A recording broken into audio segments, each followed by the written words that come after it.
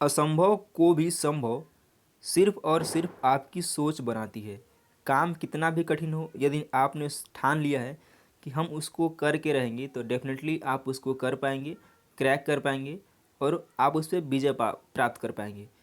आप जिस भी एग्ज़ाम की तैयारी कर रहे हो, किसी किसी भी एग्ज़ाम का हो, टीजीटी पिछली के अलावा और भी कोई एग्ज़ाम हो आपका टारगेट कर रहे हो, और आपने अगर ठान लिया है कि आप इस बार उसको क्रैक करके रहेंगे, तो कोई रोकने वाला नहीं है और कोई रोक नहीं पाएगा आपको उस परीक्षा को पास करने से। तो ये चीज़ आप अपने अंदर रखें, विल पावर सबसे ज़्यादा रखें, जिससे कि आपको कठिनाई ना हो आपके मंजिल तक पहुंचने में। तो नमस्कार दोस्तों, मैं राम सिंह स्वागत करता हूं आपका अपने यूट्यूब चैनल यूनिवर्स क्लासेज में।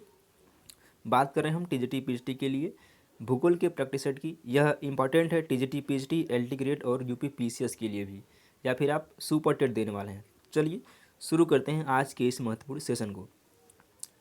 नर्मदा और ताप्ती द्रोणी निम्नलिखित राज्यों में से किन से होकर गुजरती है? महाराष्ट्र, मध्य प्रदेश, महाराष्ट्र छत्तीसगढ़, मध्य प्रदेश गुजरात और मध्य प्रदेश राजस्थान। तो नर्मदा और जो ताप्ती द्रोणी है यह गुजरती है महाराष्ट्र और मध्य प्रदेश से। ए वाला ऑप्शन करेक्ट है। इससे संबंधित कुछ इन्फॉर्मेशन आप नोट कर लीजिए। यह महाराष्ट्र और मध्य प्रदेश होकर गुजरती है और नर्मदा पर मध्य प्रदेश में माहेश्वर बांध, यानी नर्मदा पर एमपी में माहेश्वर बांध, इंदिरा सागर बांध तथा ओंकारेश्वर बांध बनाया गया है, यानी कि इस पर 3 बांध बनाए गए हैं। जबकि ताप्ती नदी पर गुजरात में काकरापार बांध तथा उकाई परियोजना स्थित है। इसको आप भी नोट कर लेंगे, इंपॉर्टेंट है आपके आने वाले सभी एग्जामों के लिए। कांडला बंदरगाह निम्नलिखित किस प्रदेश में स्थित है? केरल, महाराष्ट्र, गुजरात या फिर तमिलनाडु। तो कांडला कहाँ पे है? यह गुजरात में स्थित है। सी ऑप्शन क्या है? करेक्ट हो जाएगा। और यह कैसा बंदरगाह है? यह एक ज्वारी पत्तन है। यह भारत का प्रमुख आयातक पत्तन है जहाँ से पेट्रोलियम एवं संबंधित उत्पादों का आयात किया जाता है, यानी कि पेट्रोलियम से रिलेटेड जो भी उत्पाद होते हैं उसको यहाँ से आयात किया जाता है। चलिए अगला क्वेश्चन लेते हैं। केरल का पेट्रोपॉलिटन शहर है, ये मेट्रोपॉलिटन होने वाला था, कोझिकोड, तुस्सूर, कोची या फिर कोल्लम। तो केरल का जो मेट्रोपॉलिटन शहर कौन सा है? वह है कोची। सी वाला ऑप्शन करेक्ट है, या आपको इसको मेट्रो कर लीजिएगा, एक पेट्रो लिख दिया है। पारादीप बंदरगाह किस खनिज के निर्यात के लिए प्रसिद्ध है? जिंक, लौह अयस्क, कापर या फिर पेट्रोलियम। तो पारादीप जो बंदरगाह है वह प्रसिद्ध है अयस्क के निर्यात के लिए। बी ऑप्शन क्या है? करेक्ट है। मोहोकुल कठोरता को स्केल के अनुसार निम्नलिखित में से कौन सा पदार्थ सबसे कठोर है? कैल्साइट, एपेटाइट, क्वार्ट्ज या फिर कोरंडम। कौन है? यह है कोरंडम। डी वाला ऑप्शन क्या है? करेक्ट हो जाएगा। किसे आर्कटिक वृत्त कहा जाता है? 66.5 डिग्री उत्तर, 23.5 डिग्री उत्तर, 66.5 डिग्री दक्षिण या फिर 90 डिग्री उत्तर। तो आर्कटिक वृत्त किसे कहते हैं? यह कहते हैं 66 पॉइंट यानी कि 66.5 डिग्री उत्तरी अक्षांश रेखा को। ऑप्शन नंबर ए क्या है? करेक्ट हो जाएगा। किसी एक चट्टान को उसके पर्यावरणीय उत्पादन के रूप में समझना चाहिए। जब पर्यावरण में परिवर्तन होता है तो चट्टान भी परिवर्तित हो जाती है। यह किसने कहा था? इंपॉर्टेंट है ये स्टेटमेंट। ए के लावेक, पीजी वारसेस्टर, वीसी वर्चफुल या फिर डब्ल्यू जे मिलर ने। यह किसने कहा है? यह कहा है ए के लावेक ने। ए ऑप्शन करेक्ट हो जाएगा। महाद्वीपीय प्रवाह सिद्धांत का प्रतिपादन निम्नलिखित में से किसके द्वारा किया गया है?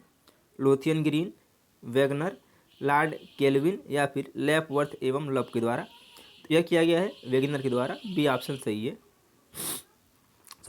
विवर्तनिक बल के कारण निम्नलिखित में से किस लक्षण का निर्माण होता है? हैंगिंग घाटी, यू आकार की घाटी, अंध घाटी या फिर रिफ्ट घाटी। तो किसके थ्रू होता है? यह होता है रिफ्ट घाटी।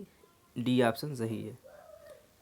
वृक्षनुमा अपवाह प्रणाली विकसित होती है समान संरचना युक्त समतल क्षेत्र में, असमान संरचना युक्त असमतल क्षेत्र में, समान संरचना युक्त शुष्क क्षेत्र में या फिर डी व्युत्क्रमित उच्चावच वाले क्षेत्रों में। तो यह किस में होता है? यह होता है समान संरचना युक्त समतल क्षेत्रों में। ए ऑप्शन करेक्ट है।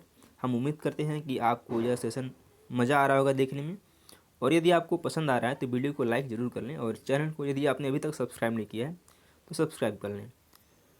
चलिए बढ़ते हैं आज के अपने अगले क्वेश्चन की तरफ। और अगला हमारा क्वेश्चन है प्यारा प्यारा। इमलिन्स और एस्कर भूमि के वह प्राकृतिक रूप हैं जो किसके द्वारा बनते हैं? हिमनद, नदियों, पवन या फिर काष्ठ स्थलाकृत के द्वारा।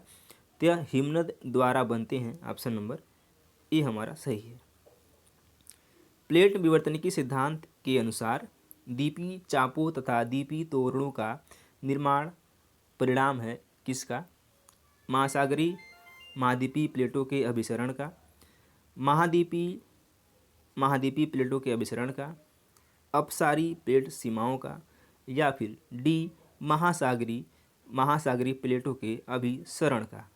तो यह किसका परिणाम है? यह परिणाम है महासागरीय, यानी कि महासागरीय प्लेटों के अभिसरण में टकराने वाली दोनों प्लेट महासागरीय होती हैं।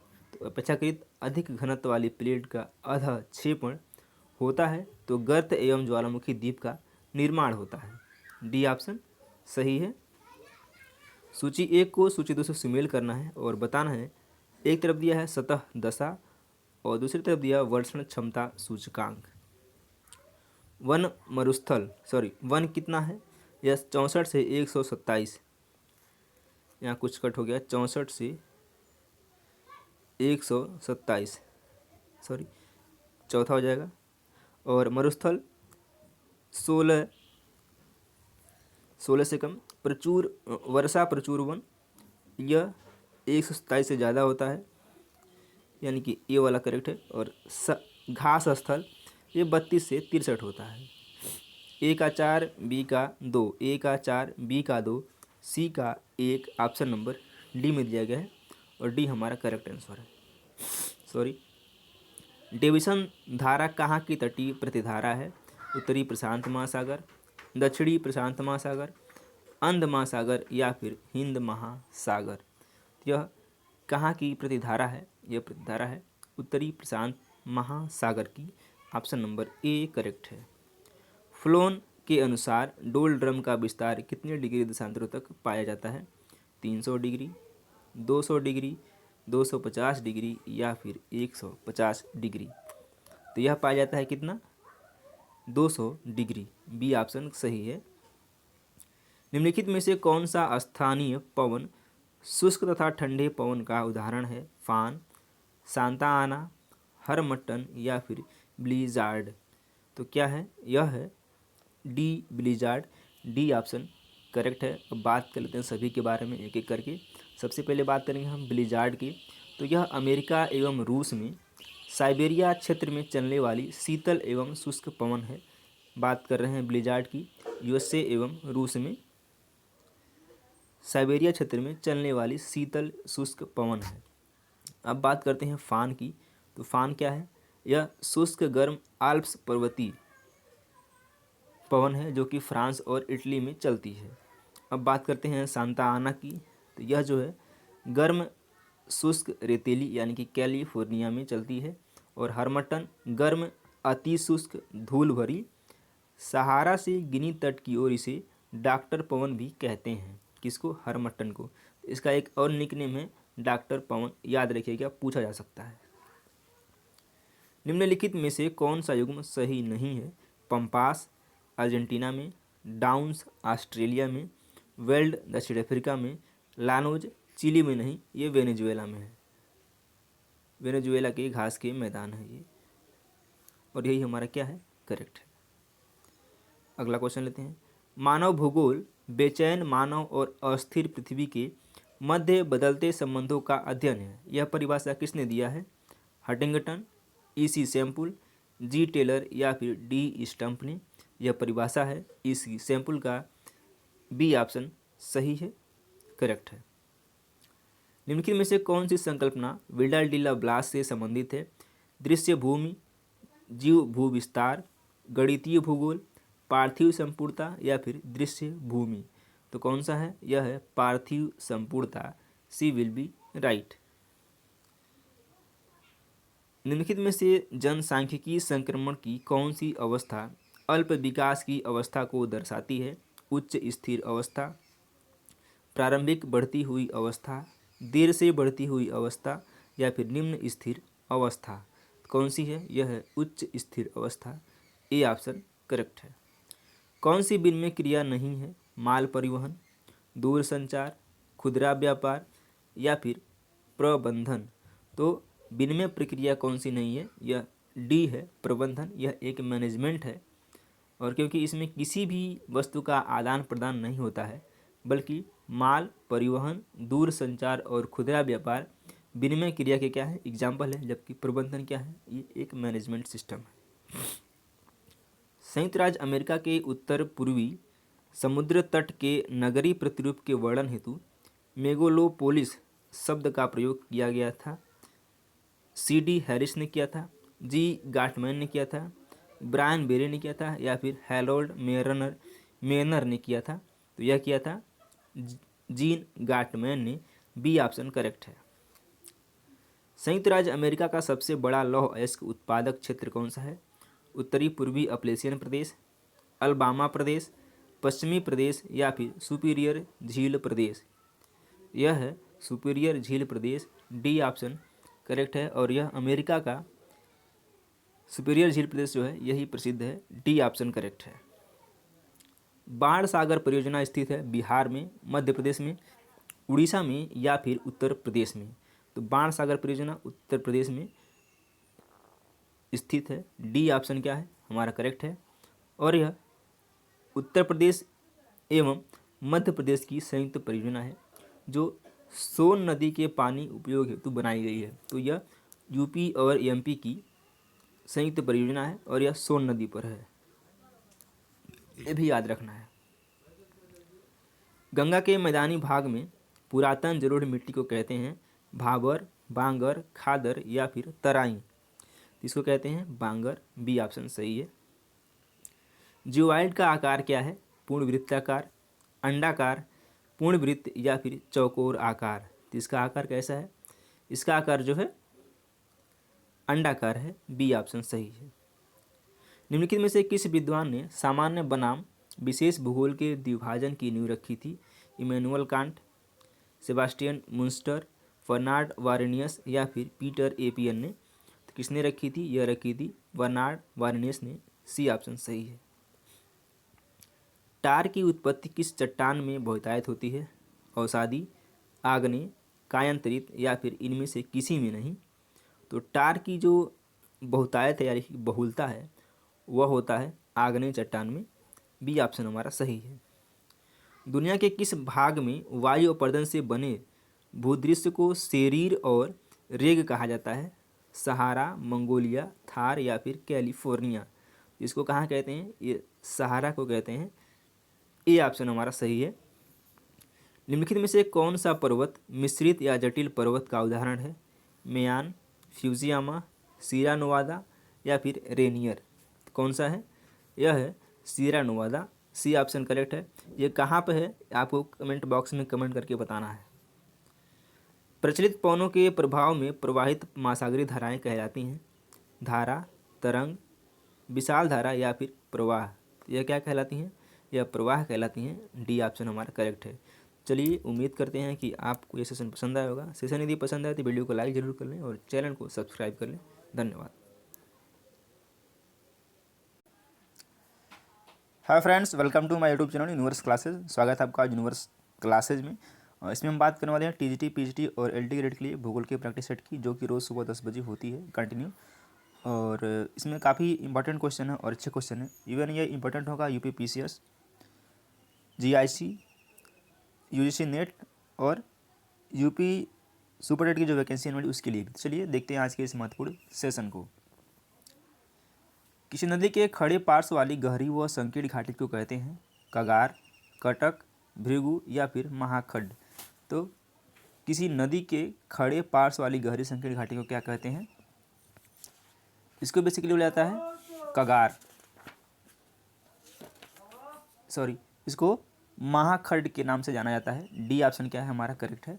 और ये गहरी एवं संकीर्ण घाटियाँ होती हैं, जबकि नदी के किनारे वाले भाग को क्या कहते हैं? कगार कहते हैं। इसको बोलते हैं महाखड्ड और नदी के जो किनारे वाले भाग होते हैं उसको कगार कहते हैं। डी ऑप्शन करेक्ट है, ध्यान रखिएगा। नील नदी किस प्रकार का डेल्टा बनाती है? चापाकार, पंजाकार, त्रिभुजाकार या फिर वृत्ताकार?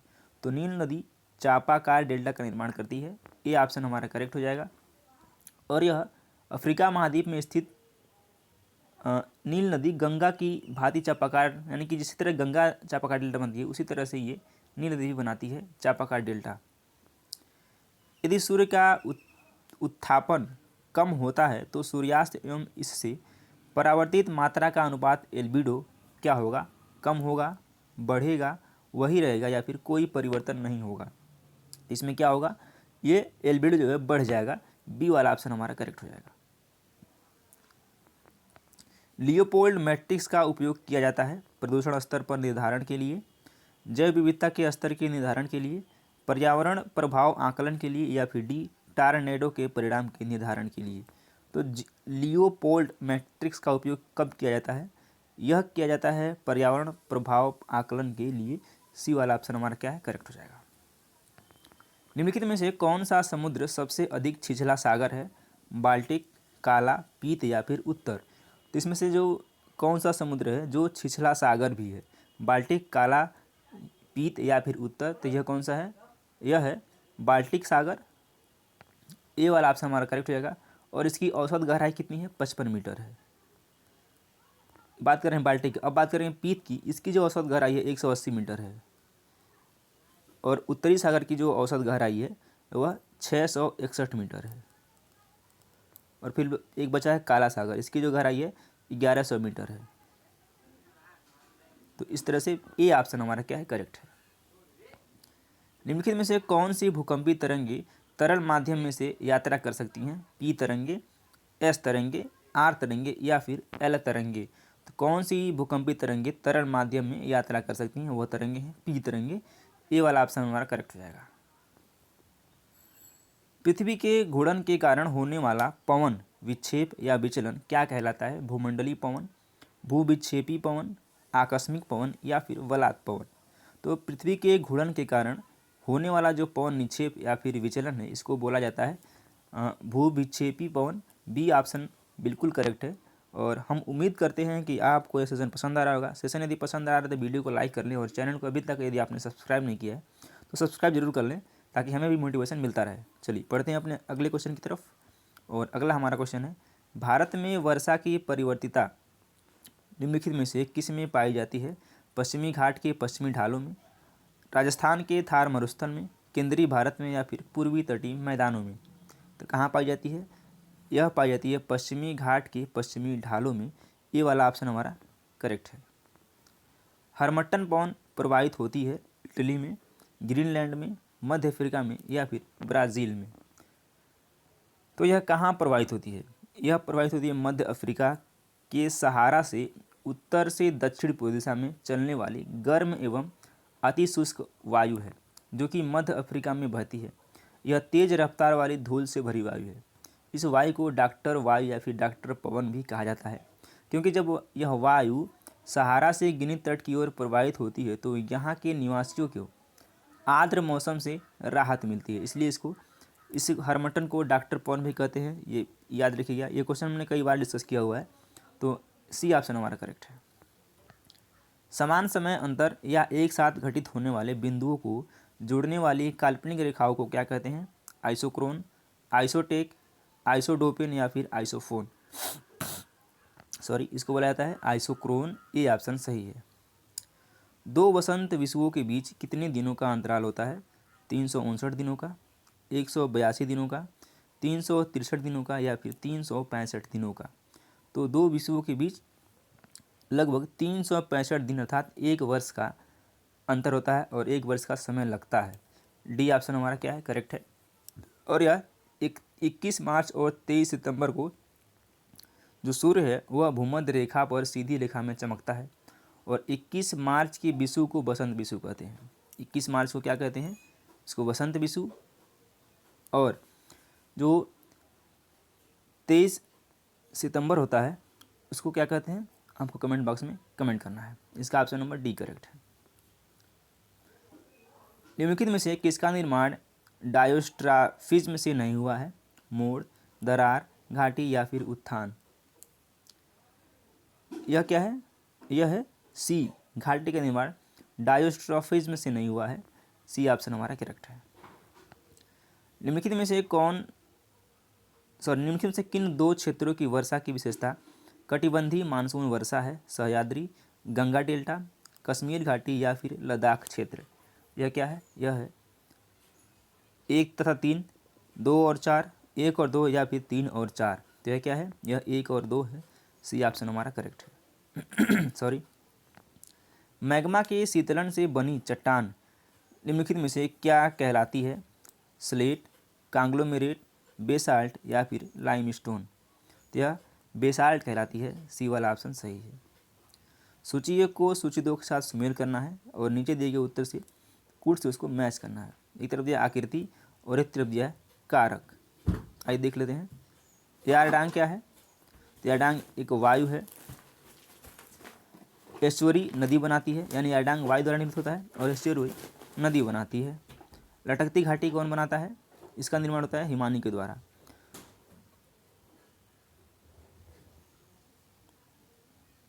ये क्वेश्चन कुछ मिसमैच हो गया है, तो ये सभी के सभी क्या सेम है। यारडांग वायु, एस्चुअरी नदी और लटकती घाटी हिमानी। चलिए अगला क्वेश्चन लेते हैं। लघु हिमालय में स्थित दर्रे का नाम है बुर्जिल, बारामूला, जोजिला या फिर सिपकिला। तो लघु हिमालय में जो स्थित दर्रा है वह कौन सा है? बारामाला है। बी वाला ऑप्शन हमारा करेक्ट है।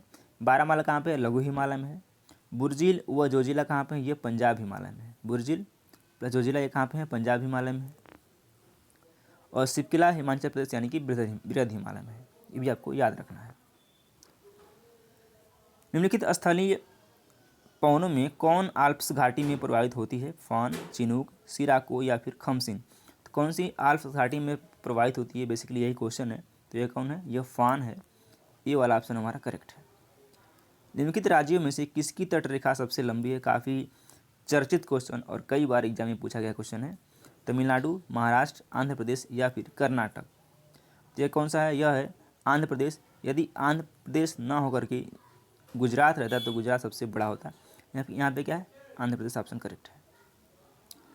निम्नलिखित में से कौन धात्विक खनिज है? कोयला, चूना पत्थर, जस्ता या फिर जिप्सम। इसमें धात्विक खनिज पूछा गया है, तो जस्ता क्या है? जस्ता एक धात्विक खनिज है। सी वाला ऑप्शन करेक्ट है। निम्नलिखित में से कौन सा तत्व लोहे का अयस्क नहीं है? मैग्नेटाइट, हीमेटाइट, लिग्नाइट या फिर सीडेराइट। तो लिग्नाइट क्या है? यह जो है लोहे का अयस्क नहीं है, बल्कि यह एक कोयले का एक प्रकार है। और लोहे के जो अयस्क हैं वह बेसिकली यह हैं मैग्नेटाइट, हीमेटाइट यानी कि मैग्नेटाइट है, हीमेटाइट है, सीडेराइट है और लिमोनाइट और गोइथाइट है। लेकिन लिग्नाइट क्या है? यह कोयले का एक प्रकार है। सी ऑप्शन इस तरह से करेक्ट है। केरल में मानसून के पहुंचने की सामान्य तिथि क्या है? 1 मई, 15 मई, 30 मई या फिर 1 जून। तो क्या है? यह 1 जून है। डी वाला ऑप्शन हमारा सही है। निम्नलिखित में से कौन भारतीय दैनिक मानचित्र पर नहीं दिखाया जाता है? तापमान, बादल, वर्षा या फिर पवन। तो तापमान को आप दैनिक मौसम मानचित्र पर नहीं दिखा सकते हैं। ए वाला ऑप्शन हमारा करेक्ट है।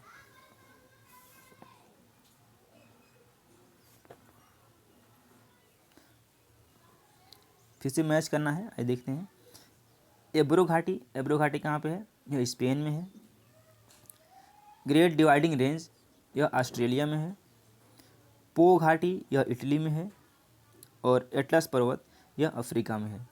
ए का 2, बी का 3, सी का 4 और डी का 1। तो ए का 2 ऑप्शन नंबर डी बी में दिया गया है और बी हमारा करेक्ट आंसर है। अगला क्वेश्चन लेते हैं। निम्नलिखित में से कौन शीतल पवन है? जोंडा, पैम्पेरो, सांताना या फिर यामू। कौन है? यह पैम्पेरो क्या है? एक शीतल पवन है। बी ऑप्शन हमारा करेक्ट है। बाजरे की फसल के लिए वर्षा की आवश्यक सीमा कितनी होनी चाहिए? 70 से 92 सेमी, 40 से 62 सेमी, 50 से 72 सेमी या फिर 60 से 82 सेंटीमीटर। तो यह सी है, 50 से 72 सेंटीमीटर के बीच होना चाहिए। सी ऑप्शन सही है। निम्नलिखित में से कौन कायांतरित सेल का रूप नहीं है? रूप नहीं है पूछा गया है। संगमरमर, ग्रेफाइट, सिस्ट या फिर बेसाल्ट। तो यह है बेसाल्ट, डी ऑप्शन सही है। प्रकार्यात्मक क्षेत्र का निर्धारण निम्नलिखित में से किन अभिलाक्षणिक गुणों के आधार पर किया जाता है? परिवहन आवृत्ति और माल प्रवाह आवृत्ति, माल प्रवाह आवृत्ति और नदी बेसिन, भौतिक विशेषताएं और जनसंख्या अभिलक्षण, कृषि से संबंधित गहनता और वर्षा पद्धति। तो यह क्या है? यह है ए परिवहन आवृत्ति और माल प्रवाह आवृत्ति। ए ऑप्शन करेक्ट है। यूरोप महाद्वीप की सबसे प्रमुख समस्या निम्नलिखित में से कौन सी है? उच्च जन्म दर, निम्न जन्म दर, उच्च मृत्यु दर या फिर उच्च उत्पादकता। समस्या सबसे बड़ी क्या है? यह है निम्न जन्म दर। बी ऑप्शन सही है। प्रमुख मध्य सागर चोटियों में से एक में मतलब क्या पाया जाता है? मध्य प्रशांत महासागर में, मध्य अटलांटिक महासागर में, मध्य भारतीय महासागर में या फिर मध्य आर्कटिक महासागर में। क्या है? यह बी है, मध्य अटलांटिक महासागर में। बी ऑप्शन सही है। निम्नलिखित में से कौन सा कथन असत्य है? परत अपरदन में गहरी नालियाँ बनती हैं, चीका मिट्टी में कण बहुत महीन होते हैं, काली मिट्टी को रूसी भाषा में चरनोजम कहा जाता है, या फिर डी ज्वालामुखी क्रिया में बनने वाली मिट्टी ज्वालामुखी मिट्टी कहलाती है। तो 30 का ऑप्शन नंबर ए करेक्ट है। परत अपरदन में गहरी नालियाँ बनती है। ए ऑप्शन सही है। निम्नलिखित में से कौन सी सेल रवेदार होती है? आग्नेय, अवसादी, कायांतरित या फिर इनमें से कोई नहीं। तो यह है आग्नेय सेल। ए ऑप्शन करेक्ट है। चलिए, उम्मीद करते हैं कि सेशन पसंद आया होगा। सेशन पसंद आया तो वीडियो को लाइक कर लें और चैनल को सब्सक्राइब जरूर कर लें। धन्यवाद।